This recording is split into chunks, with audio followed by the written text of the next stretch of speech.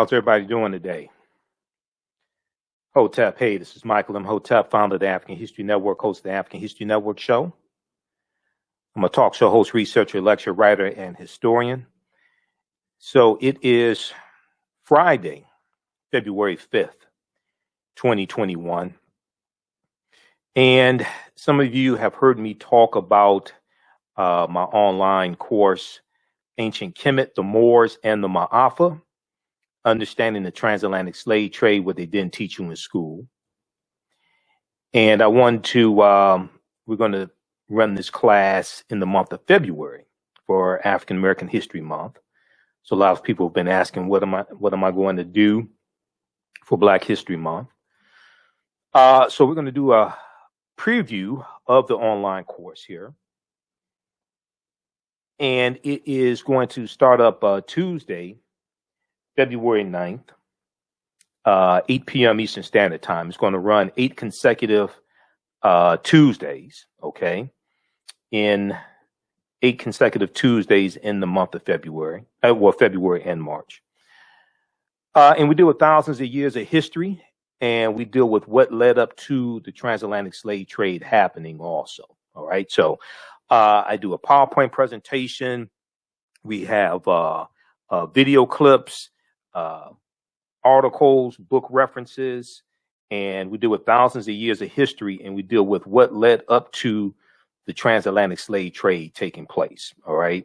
When we deal with the transatlantic slave trade, we can't start talking about it in 1441 when the Portuguese go into Mauritania. We can't start talking about it in 1619, even though a lot of people talk about August 20th, 1619 in Virginia. We can't start talking about it there. We can't start talking about the history with us shackled in chains. We have to deal with thousands of years of history leading up to the transatlantic slave trade taking place, okay? And we have the information at our website, AfricanHistoryNetwork.com, AfricanHistoryNetwork.com. So it's right on the home page, and just click on register. And as soon as you register for the online course, you can start watching bonus content. It has the class when I ran it back in 2019. You can start watching all of that content there. All right. And I'll automatically enroll you into the new course. All right. So, one of the things that we deal with is the fact that African people are the original people of North, Central, and South America. And I reference Dr. David Imhotep, who wrote the book, The First Americans Were Africans, Documented Evidence. Okay, you've seen me interview him a number of times, Dr. David Imhotep. And this book deals with 713 footnotes and thoroughly documents the African presence in this country going back at least 51,700 years ago. All right. So usually when I start presentations and things like this, one of the things I say is, I may say some things that are outside the circumference of your own awareness. Just because you never heard them before, disagree with them, or don't like them does not mean that they are not true. Just means you have to do some research to understand what I'm talking about. All right. We're going to post the information here for the online course. So it's regularly $130. It's on sale $80. You can watch from around the world, and you can watch over and over again. We do the class live, and we do a live chat in the class as well. You can ask questions, and then all the sessions are recorded, so you can go back and watch it over and over again. So there was a study from the Southern Poverty Law Center, and I deal with this in some of my lectures. There was a study from the Southern Poverty Law Center a few years ago, and it dealt with what kids are learning about slavery. A new report finds that the topic is mistaught and often sentimentalized, and students are alarmingly misinformed as a result. Okay. And this ties into understanding the fight for reparations and a debt owed, because most Americans don't think a debt is owed when it comes to reparations because they've been miseducated about the history of this country.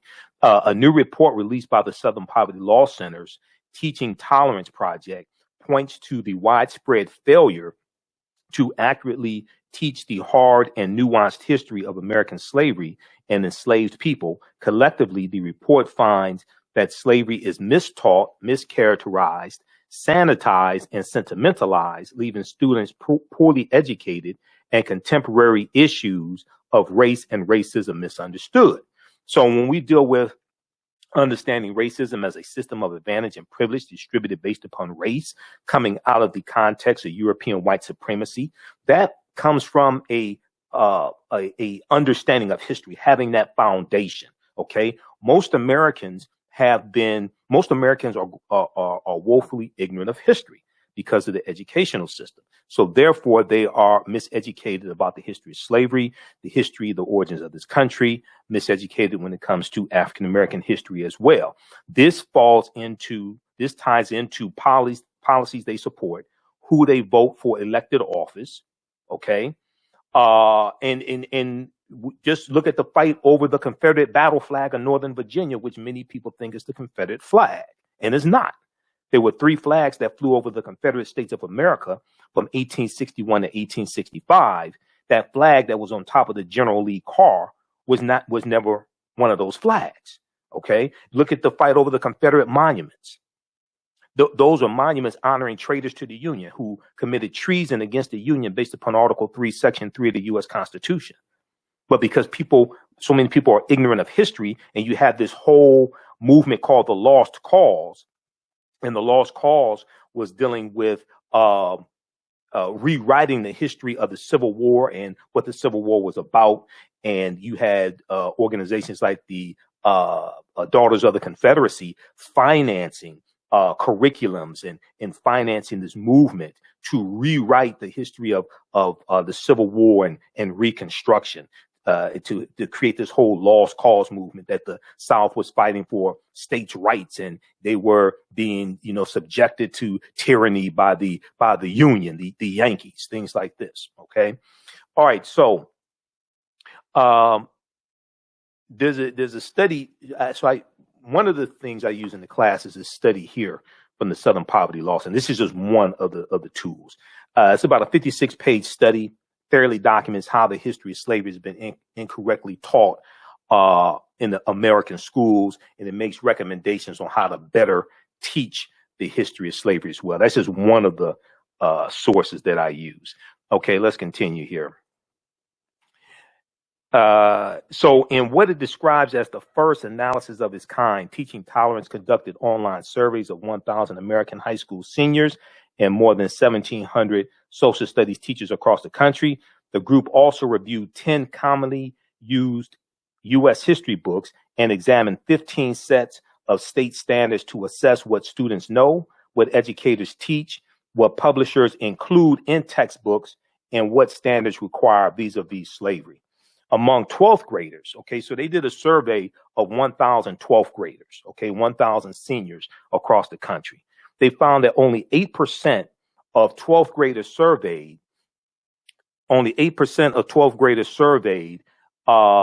could identify slavery as the cause or the central cause of the Civil War. Only 8% of high school seniors surveyed. Fewer than 1/3 of high school seniors, only 32%, correctly named the 13th Amendment as the formal end of U.S. slavery. It took a constitutional amendment to formally end slavery in this country.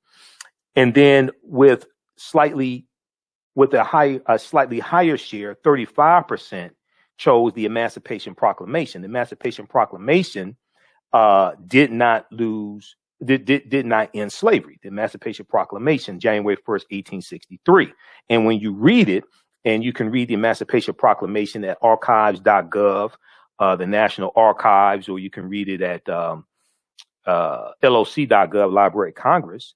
It tells you basically the slaves in the territories of rebellion, or the states in rebellion, the states in the Confederacy, are free, but those that are in the border states, Missouri, Kentucky, Delaware, things like that, they're still slaves.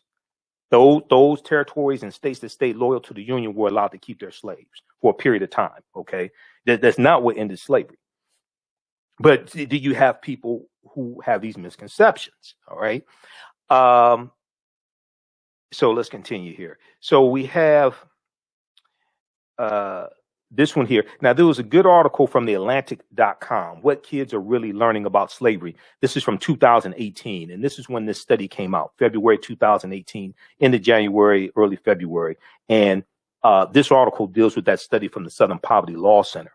Fewer than half, or 46%, of high school seniors surveyed identified the Middle Passage as the transport of enslaved Africans across the Atlantic Ocean to North America. So it's showing how little high school seniors know about the history of slavery, and their parents probably know very little about the history of slavery as well. Otherwise, they probably would have taught their children more. So you're dealing with a deficit. So when we deal with trying to get policies put in place to address our needs and concerns, and we're dealing with we're dealing with conditions that come from a historical context, policies and laws put into place to maldistribute wealth, power, and resources into the hands of Europeans. When we try to get those issues addressed, we're largely dealing with people who are ignorant to the history of how all this came to be. That's why the study from Citigroup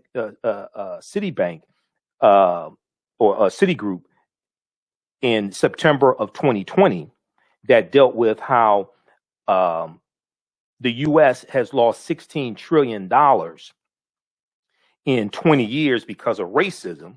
Okay, $16 trillion in 20 years because of racism. That's why it's so important, because it ties into, it's looking from the year 2000 to 2020, but it's tying into redlining, racism, discrimination, different things like this that have a historical foundation. Okay. There was an article from CBS.com that breaks this down. I did a whole presentation dealing with this. We air that here on the African History Network. I'm going to flip over to this article here. And this really ties the history into what we see today. Okay. This is from CBS.com, CBSnews.com, I should say. Racism has cost the U.S. 16 trillion, Citigroup fines. This is from September 23rd, 2020. And one of the things they talk about is America could have been $16 trillion richer if not for inequities in education, housing, wages, and business investment between African American and white Americans over the past 20 years, new research concludes. Citigroup arrived at this. So this is the latest of a body of research that attempts to quantify the economic impact of systemic racism. All right. We're seeing the results of history. We're seeing those results manifest in the racial wealth gap. Citigroup arrived at its $16 trillion figure after estimating that African American workers have lost $113 billion in potential wages over the past 2 decades because they could not get a college degree. The housing market lost $218 billion in sales because African American applicants could not get home loans. About $13 trillion in business revenue never flowed into the economy because African American entrepreneurs could not access bank loans. What's more, the U.S. could have $5 trillion in gross domestic product over the next 5 years if those gaps and others were closed today, the study indicated. Now, in one of the recent, to tie this into policy, in one of the recent executive orders from the Joe Biden administration, they deal with the racial wealth gap, and they cite that statistic dealing with the $5 trillion.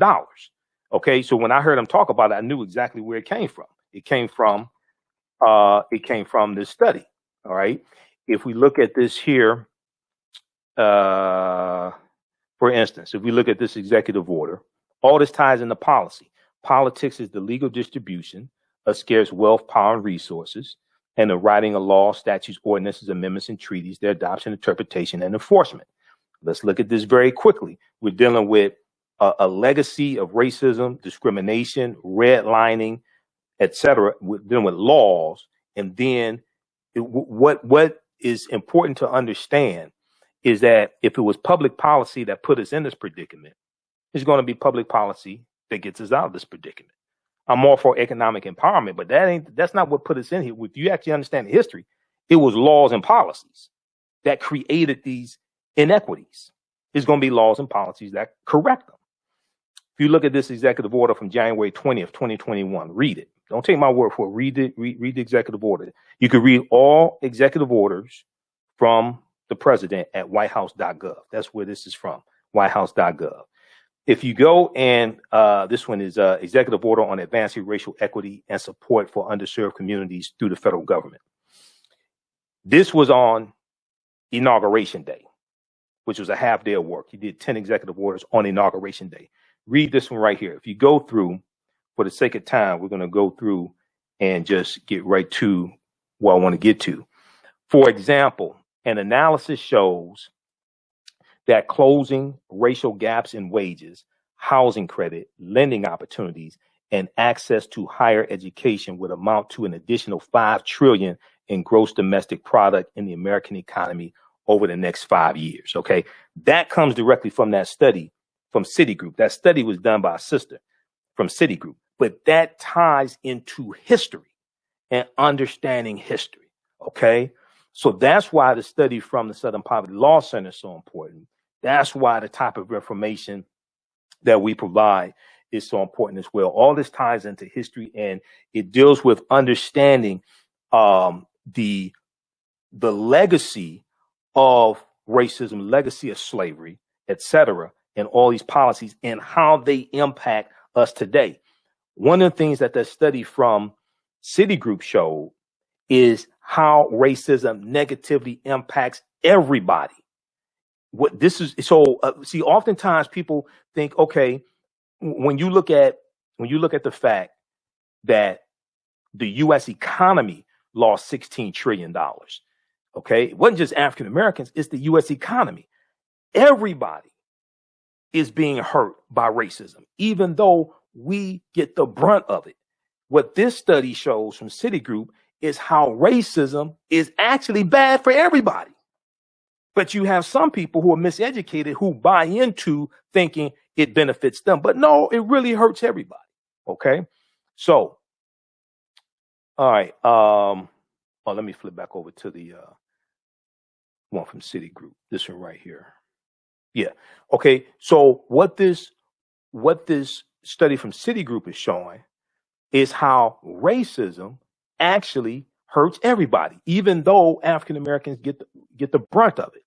Okay, America could have been $16 trillion richer if not for inequities in education, housing, wages, and business investment between African Americans and white Americans. Okay, and then it shows how the U.S. economy could grow by $5 trillion over the next 5 years if you correct these inequities. How this benefits everybody. But when you have people who are ignorant of history, they don't understand this. All right, let's continue. So I want to go back to the and the last time I taught this class in 2019, this study didn't exist. So there's new information that's come out even since the last time I taught this online course. All right, how's everybody doing? So we're just doing a preview of the online course that I teach. And we're kicking it off in African American History Month. It's going to start Tuesday, February 9th. It's going to be 8 p.m. to 10 p.m. Eastern Standard Time. Okay, 8 p.m. Eastern Standard Time. 8 consecutive weeks. It's called Ancient Kemet, the Moors, and the Maafa. Understanding the transatlantic slave trade, what they didn't teach you in school. Ancient Kemet, the Moors, and the Maafa. Understanding the transatlantic slave trade, what they didn't teach you in school. And this is a 8-week online course that I teach. We deal with thousands of years of history, and we deal with what led up to the transatlantic slave trade happening as well. Okay. All right. So very quickly here, if we so as soon as you register, so the class is regularly $130. It's on sale $80. You can watch from around the world. As soon as you register, you can watch bonus content from 2019 when I did this class in 2019. Okay. And then I'll enroll you into the class starting up Tuesday, February 9th. All right. So I want to show you a couple of things here. If we look at, let's see here. Let's go to, I'm going to do a brief overview of some of the things we cover in the class.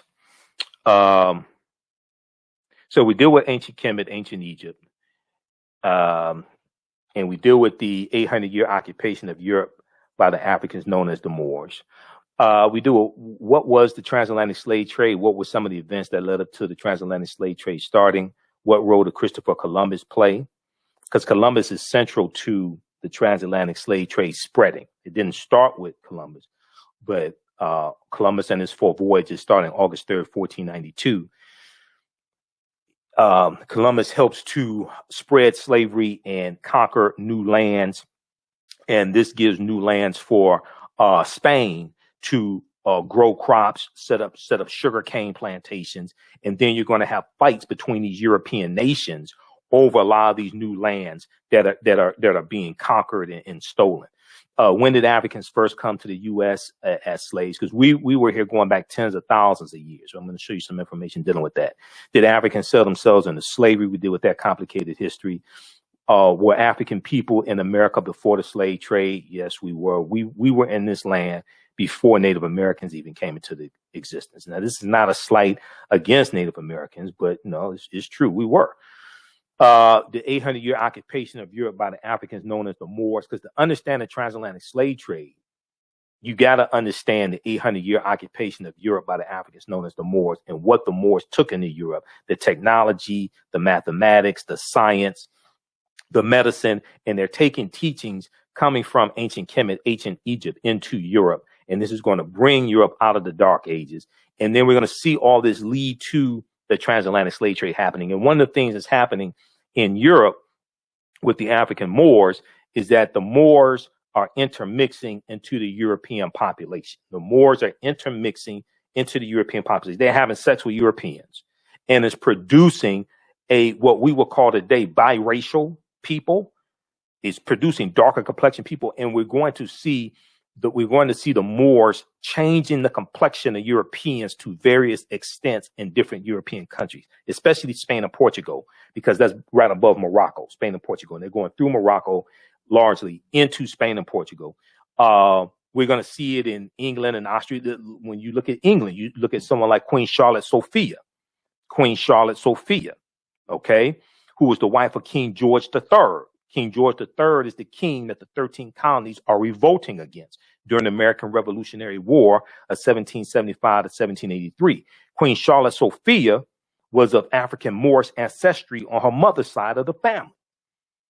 Okay, so you're going to see this. You're going to see this in Austria and Germany, things like this.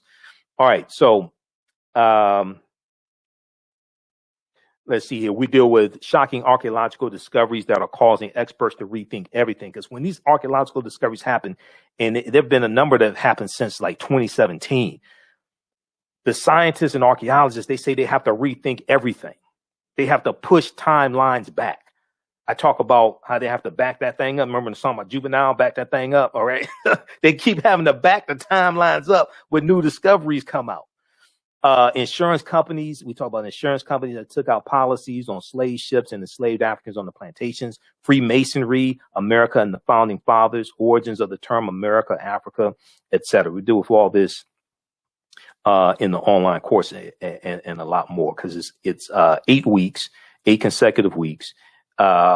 Let me show you something quickly here. Let's look at information. Okay, so Dr. David Imhotep wrote the book, The First Americans Were Africans, Documented Evidence. It's out of print right now. His new book should be out very soon. I have to call him again. I interviewed him October 12th, and I need to see what's going on with his book. But his book deals with 713 footnotes, and it deals with evidence from 13 different disciplines showing an African presence in the territory we call South Carolina, going back at least 51,700 years ago. They found artifacts at this campsite. Dr. Albert Goodyear, who's an archaeologist at the University of South Carolina. In 2004, he made this discovery. They found artifacts, architecture, campsites, carvings, Egyptian writings, footprints in lava, genetic M174D haploid groups dealing with DNA and genetics, linguistics, paintings, skulls, skeletons, structures, and tools. 13 different types of disciplines fairly documenting an African presence in this country going back at least 51,700 years ago. These were the Khoisan, who come from Southern Africa. And they're the ancestors to the Ainu and the Twa. They go all around the world, and they were in this land, the short-statured people. Okay, the Khoisan. So this is Dr. Albert Goodyear. This is an article from ScienceDaily.com from November 18th, 2004, called New Evidence Puts Man in North America 50,000 Years Ago. And this is a summary of the article from ScienceDaily.com. This is their summary. And it says radiocarbon tests of carbonized plant remains, where artifacts were unearthed last May along the Savannah River in Allendale County by University of North Carolina archaeologist Dr. Albert Goodyear, indicate that the sediments containing these artifacts are at least 50,000 years old, meaning that humans inhabited North America long before the last ice age. Now, this is before Native Americans came into existence. Okay, this is before Native Americans came into existence. These were the Khoisan. All right. Okay, so you can read this article. You don't have to believe me. Proper documentation ends all conversation. You don't have to believe a word that I say. I'm provide you with numerous sources. You can go research this yourself. Those that watch me, and one of my teachers is Professor Kabahaya Wapakamane. He says, you see him in the Hidden Colors documentaries. We're in a couple of documentaries together also. He says, you don't have to believe a word that I say. Go do your own research. Now, I provide you with the evidence. Proper documentation ends all conversation. All right, so we have this. We deal with archaeological discoveries like this one here. This is from the New York Times, February 15th, 2010. It talks about this is the name of the article, on Crete, new evidence of very ancient mariners. And it deals with how on the Greek island of Crete, over the course of 2 summers, archaeologists found stone tools that date back at least 130,000 years ago. Okay. But Crete has been an island for more than 5 million years, which means they had to sail there. But when you read this full article and read this information on this, it says that they thought the scientists and archaeologists, previous artifact discoveries had shown people reaching Cyprus, a few other Greek islands, and possibly Sardinia no earlier than 10,000 or 12,000 years ago. Okay, but this discovery, they have to push that back tens of thousands of years ago. They have to rethink everything. They have to back that thing up. Okay. They say that 130,000 years old, which is considered strong evidence for the earliest known seafaring in the Mediterranean, and calls for rethinking the maritime capabilities of pre-human cultures. Okay. But this wasn't pre-human. These were still Homo sapiens sapiens. You're talking about 130,000 years ago. When you go, there's a discovery in Morocco from about 2017 where they found fossils of modern man. Okay, and these were Homo sapiens, but it was modern man. They found these, and they date back between 300,000 and 350,000 years ago. There was a big discovery in Morocco about June of 2017. Okay. Every other month, these discoveries are coming out. When you look at National Geographic, you look at like National Geographic website and other websites, even Washington Post, New York Times, like in their science sections, they have these they write about these discoveries that are taking place all the time. Okay, so we deal with all different types of things like this in the class, and we do a timeline to give you a better understanding of what leads to the transatlantic slave trade happening. We deal with the Moors, and let me pull this up. We deal with the Moors, and January 2nd, 1492, when they lose control of the last stronghold in Granada. We deal with understanding what's known as Egypt of the West, and how the Nile Valley region of Africa, ancient Kemet, especially ancient Kemet, ancient Egypt, but the whole Nile Valley, how that influences this country. Okay, and you look at this, you look at the Tekken. Okay, the Washington Monument is a Tekken. We look at the origins of Freemasonry, things like this. All this deals with history. We do a chronology of history, bringing you up to the transatlantic slave trade and deal with it. So we can't start studying our history with the transatlantic slave trade. We have to understand Freemasonry is based upon the teachings that the Moors took into Europe.